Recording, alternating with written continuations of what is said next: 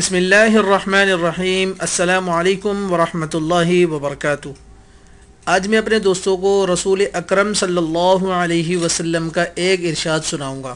جماعت کی نماز بغیر عذر چھوڑنے پر وعید۔ حدیث نبوی صلی اللہ علیہ وسلم ہے۔ حضرت عبداللہ بن عباس رضی اللہ تعالی عنہما سے روایت ہے کہ انہوں نے فرمایا، جس نے حی علی الفلاح سن کر بھی عملی طور پر جواب نہ دیا، مطلب اس بات کا کہ جماعت میں شریک نہ ہوا، یقیناً اس شخص نے محمد الرسول اللہ صلی اللہ علیہ وسلم کی سنت کو چھوڑا۔ کتاب کا حوالہ نیچے موجود ہے۔ اللہ کے رسول صلی اللہ علیہ وسلم نے کتنی سخت وعید فرمائی ہے جماعت کی نماز چھوڑنے پر۔ اللہ رب العزت ہمیں آپ کو نماز تکبیر اولیٰ کے ساتھ اور جماعت کے ساتھ پڑھنے کی توفیق عطا فرمائے، آمین۔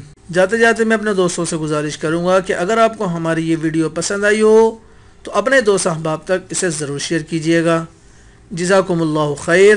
السلام علیکم ورحمۃ اللہ وبرکاتہ۔